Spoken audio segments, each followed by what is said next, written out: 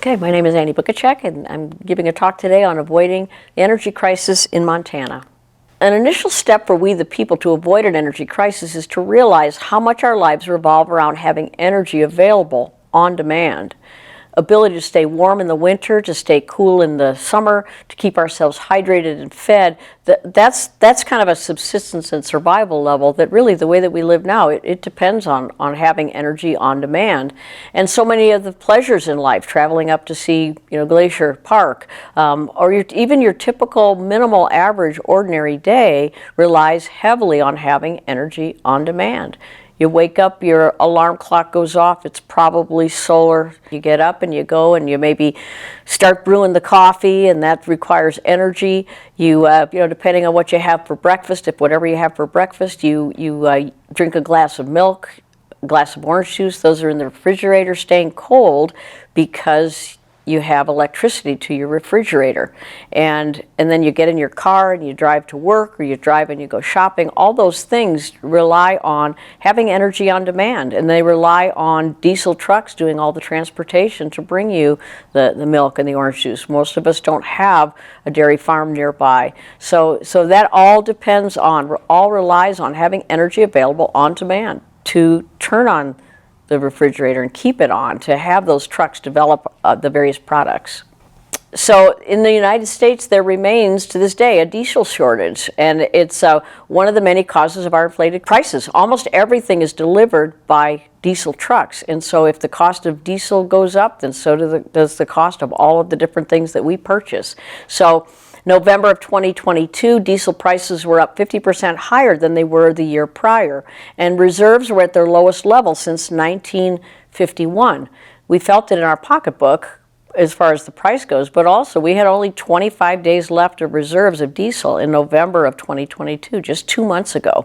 So what if that diesel shortage became a crisis? What would happen to us with all the dependence that we have on diesel transport? It'd be very, very serious. So we take for granted availability of affordable, reliable power on demand, and I think it's important to think about why it matters, why energy matters. In the early 1930s, only 3% of rural communities had electricity, and then there was 90% by 1959, and today it's close to 100%.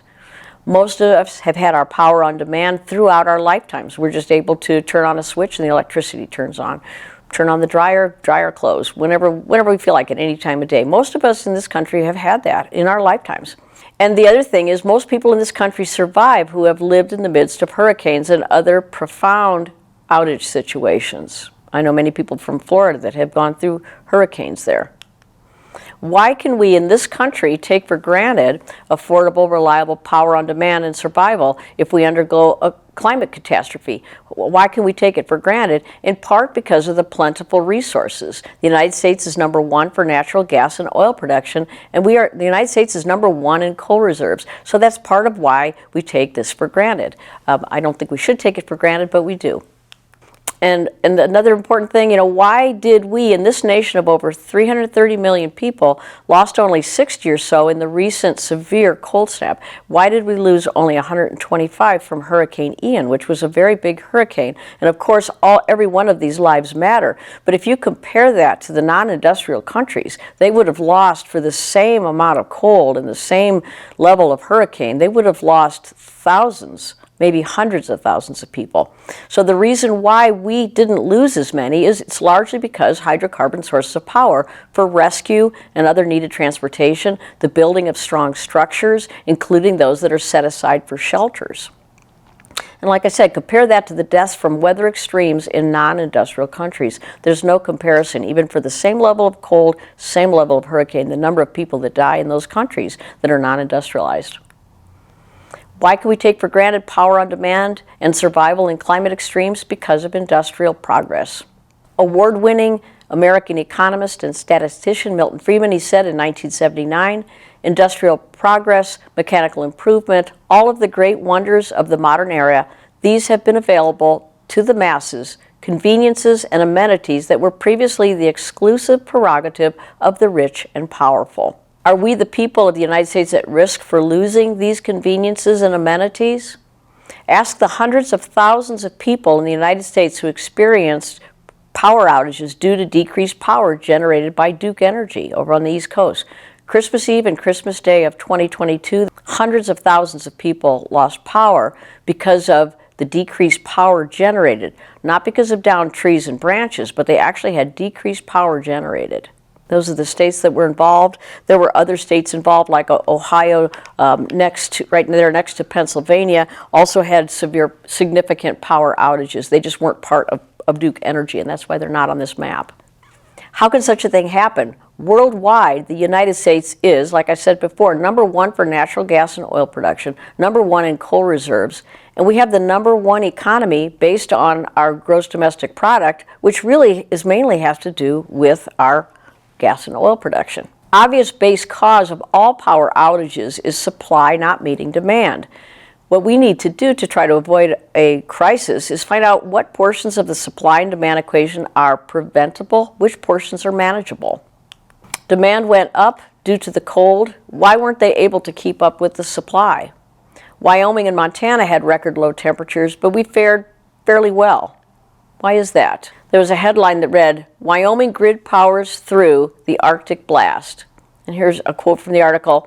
The reason why they were able to get through this was they had adequate resources and infrastructure to supply power to our customers every year, regardless of what the weather may do. They took care of their people. They prepared ahead of time, and that's why they did well in Wyoming, and we did fairly well in Montana as well. So in Wyoming, outages to those 6,300 customers were all caused by fallen power lines, and electricity was stored within 6 hours. So as compared to Duke Energy that actually had an energy generation problem, this was because of fallen power lines from trees and wind and cold. Causes of power outages, the supply side of the equation, usually they're weather and tree related. So interruption of power lines and substations and anywhere along the way, it could be usually it's down trees and branches, but also lightning, animal infestation, excavation, people dig into the ground, motor vehicle crashes into the poles, earthquakes that we have in Montana. Other places in the United States, it could be hurricanes, it could be hostile takeover or destruction. Those have been going on for years, and they seem to be escalating. North Carolina was a recent example. Another issue is extreme cold or heat decreases transmission, and frozen lines can snap in high winds. So and then there's the demand side of the equation. During heat waves, cold snaps, and other times of unusually high power demand, overburdened electrical cables, transformers, and other electrical equipment can fail, tripping breakers, leading to scheduled or unscheduled planned blackouts.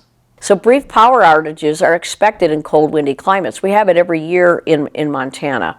Power is restored within hours. This is kind of usual and customary if you live in a cold, windy place.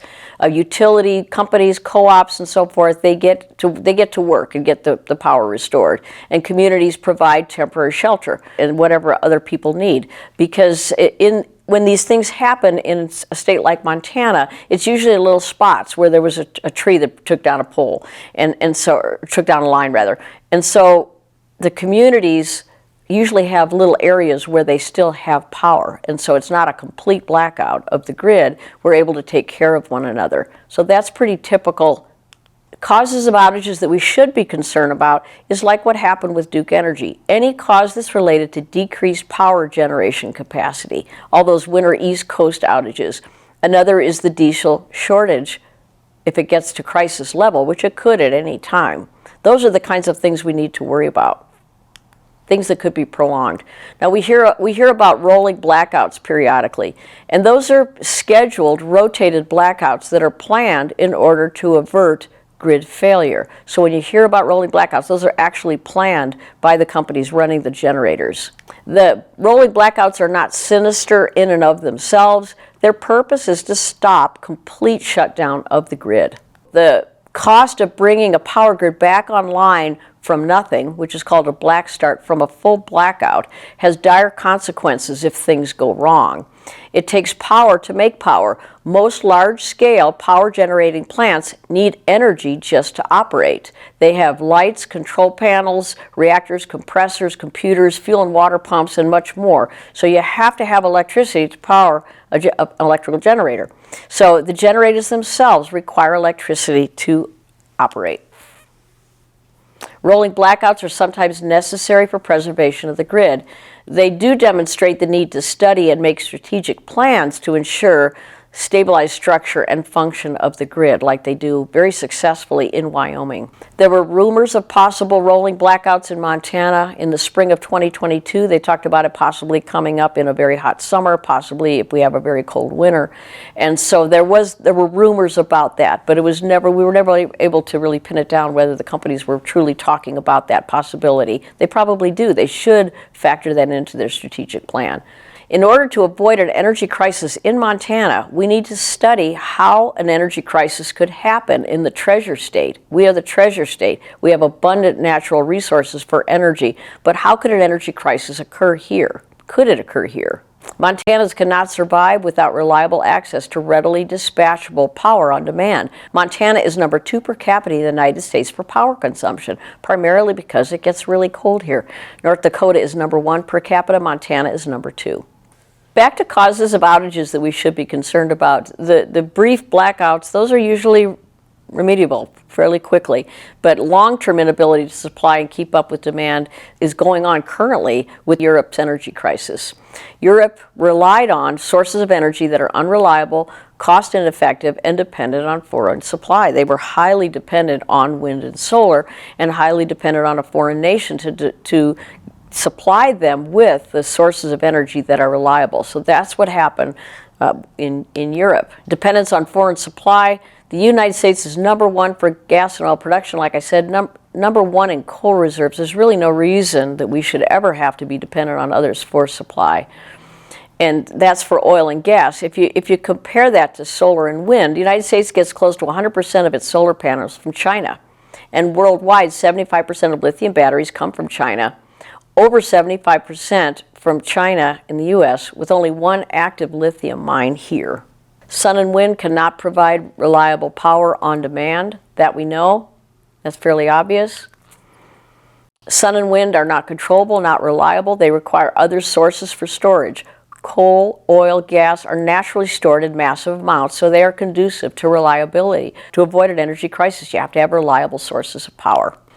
There's not a single self-sufficient solar and or wind-based electrical grid anywhere in the world.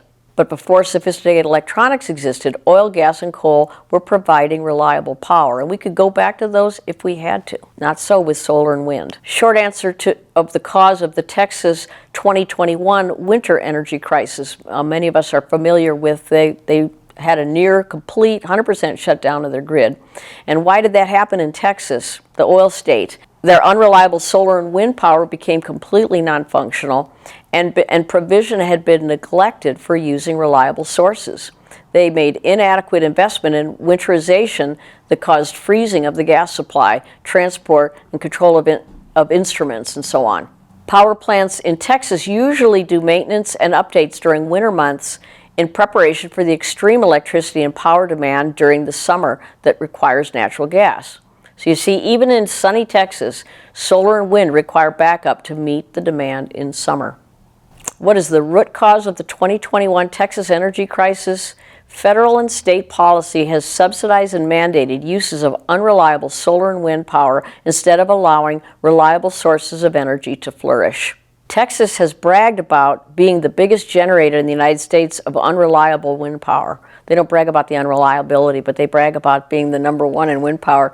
Meanwhile, while they're bragging about their wind power, they're shutting down reliable coal-fired plants in Texas, and they're neglecting other reliable sources.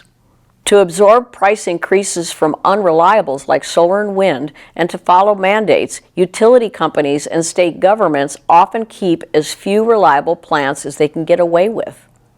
In 2019, Public Utilities Commission of Texas called their reserve margin, quote, very scary, end of quote. Texas is rich in reliable sources of power. The supply decreased due to lack of investment in those reliable sources. The major source of decreasing power supply in the United States that is also so rich in resources is the shuttering of coal-powered plants, natural gas pipelines, hydraulic fracturing, hydroelectric dams, and oil refineries. They're shuttering those down, shutting many of those down, not allowing them to be developed. Back to the diesel shortage.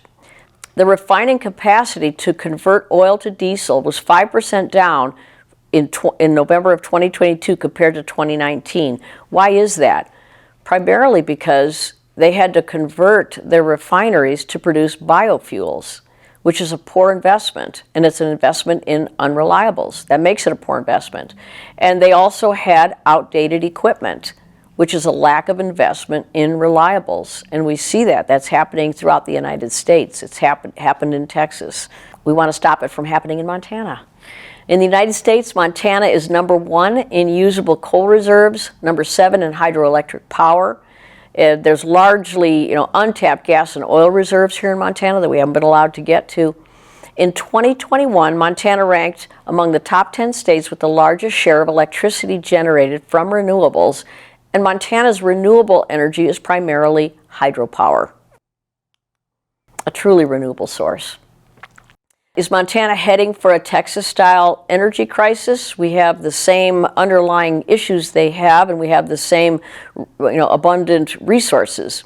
In 2015, there was a lawsuit against coal-fired Colstrip plant, which led to a shutdown of Unit 1 and 2, I believe it was in 2020. In 2021, coal generated 43% of Montana's in-state electricity generation. Until 2016, coal consistently supplied greater than 50% of in-state generation. In 2015, at the time the lawsuit began, Montana exported roughly 50% of its electricity production.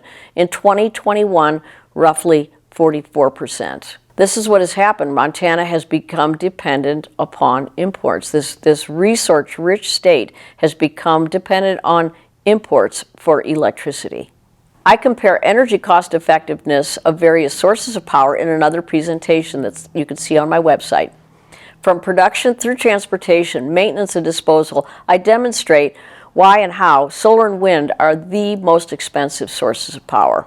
I have covered in a detailed previous presentation what I consider irrefutable, that solar and wind power in electric vehicles are decidedly not green, clean, renewable, or sustainable. Reliability of power is critically important when we're talking about a potential energy crisis. Solar, wind, they promote grid unreliability for reasons we've discussed. Unreliable grid is catastrophic to human health and environment. Critical loss of heat, air conditioning, emergency health care, food storage, water purification, economic stability, and so on. Hydrocarbons and hydroelectric power bring reliability to the grid, and reliable power plants are shutting down faster than they are being built in this country. Government is diminishing our supply by doing that, by shuttering reliable coal-fired plants, pipelines, refineries, and dams.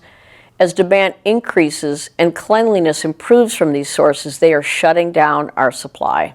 In the words of American economist statistician Milton Friedman, the government solution to a problem is usually as bad as the problem. In this case, it might be worse. What sense does this make, mandating and subsidizing solar and wind power in electric vehicles that are not clean, not green, not sustainable, not renewable, not cost-effective, and they cannot provide the energy we need, and they rely on foreign suppliers?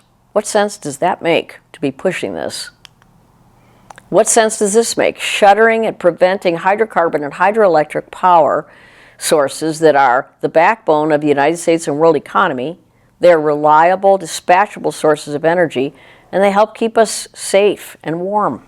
When I see governmental decisions that seem thoroughly nonsensical, I ask myself, in this case, who are the winners and the losers in this seemingly nonsensical law or policy? Look at the longer version of the earlier Milton Friedman quote. Industrial progress, mechanical improvement, all of the great wonders of the modern era have meant relatively little to the wealthy. The rich in ancient Greece would have benefited hardly at all from modern plumbing. Running servants replaced running water. Television and radio, the patricians of Rome could enjoy the leading musicians and actors in their home, could have the leading actors as domestic retainers. Ready-to-wear clothing in supermarkets, all these and many other modern developments would have added little to the life of the wealthy. The great achievement of Western capitalism have redounded primarily to the benefit of the ordinary person. These achievements have made available to the masses conveniences and amenities that were previously the exclusive prerogative of the rich and powerful. So cost-effective energy is essential to a flourishing, safe world, and it needs to be available to all of us, we the people. The duties of the Public Service Commission demand attention to energy cost-effectiveness. Cost-effective energy is affordable, reliable, abundant, concentrated, accessible, and scalable, which means it can be used on a large scale. PSC is responsible to ratepayers of monopolies, but the information in this presentation is pertinent to electric co-ops and other sources as well. The Public Service Commission does not make laws or policies, but is nevertheless intimately involved in those processes. How can you help the Public Service Commission, legislators, and policymakers help us maintain a safe and flourishing world, a safe and flourishing Montana? Let's start with that goal. Get involved this 2023 Montana legislative session. Life as you know it may depend on it. Montanans, don't accept the inevitability of blackouts, water rationing, dam closings, unquestioned government subsidies for failed and failing green energy projects. Montanans, don't do it. Montanans, you don't have to make the same mistakes as Texas, California, Colorado, and these other states. Well-informed, activated citizenry, that's our best safeguard for freedom. During the 2021 legislative session, we saw how an active citizenry can make a big difference, and the focus that session was on pro-life program, medical freedom, and election protection. The 2023 session, a huge focus will be how to spend the surplus. Allocating funds to prevent energy and water crisis is needed for our very survival, and so we, the people, need to get involved in pushing the legislators to get some of that money for that purpose. Montana has a $1.8 billion surplus, plus they have ARPA, infrastructure bill, and IRA funds available. Let's put some of that money into ensuring Montana's access to power and water. Other worthy uses of the money will mean nothing if we lose power and water, if we freeze to death. Do what Texas, California, Colorado, and Europe didn't do. Invest in reliable sources of power. My dream for Montana is energy independence. We've got a long ways to go, but that is my dream. We optimize Montana's coal reserves, natural gas, oil, using the latest, cleanest options. Optimize Montana's hydroelectric sources, including developing pumped storage hydropower projects. Use of high efficiency lines, that's one of my big passions, and come up with a way, develop a way of bringing all of that under Montana's control, which is currently not the case. Montanans, we can and must protect our access to power and water. Seems like a daunting task, and some people might think it's impossible, like David here against Goliath, but we know how that story won. David won against the giant Goliath. We will win this too if we stick together, work together. Thank you.